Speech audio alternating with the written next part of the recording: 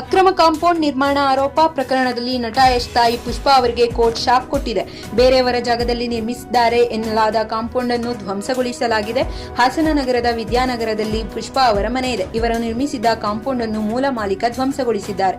ಬೆಳ್ಳಂಬೆಳಗ್ಗೆ JCB ಮೂಲಕ compound ನೆಲಸಮಗೊಳಿಸಿದ್ದಾರೆ. 1500 ಅಡಿ ಜಾಗವನ್ನು ಒತ್ತುವರಿ ಮಾಡಿದ ಆರೋಪ ಇವರ ಮೇಲಿದೆ. ಕೋರ್ಟ್ ಅನುಮತಿಯ ಮೇರೆಗೆ ಕಾಂಪೌಂಡ್ ತೆರವುಗೊಳಿಸಲಾಗಿದೆ. ಲಕ್ಷ್ಮಮ್ಮ ಎಂಬವರ ಜಾಗದಲ್ಲಿ ಅಕ್ರಮ ಕಾಂಪೌಂಡ್ ನಿರ್ಮಿಸಿದ್ದಾರೆಂದು ಆರೋಪಿಸಲಾಗುತ್ತಿತ್ತು.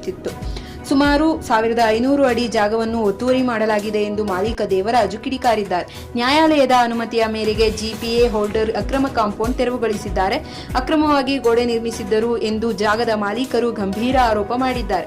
ಆದರೆ ಇವರ ಆರೋಪಗಳನ್ನು ಯಶ್ ತಾಯಿ ಪುಷ್ಪಾ ಅವರು ಅಲ್ಲಗಳೆದಿದ್ದಾರೆ.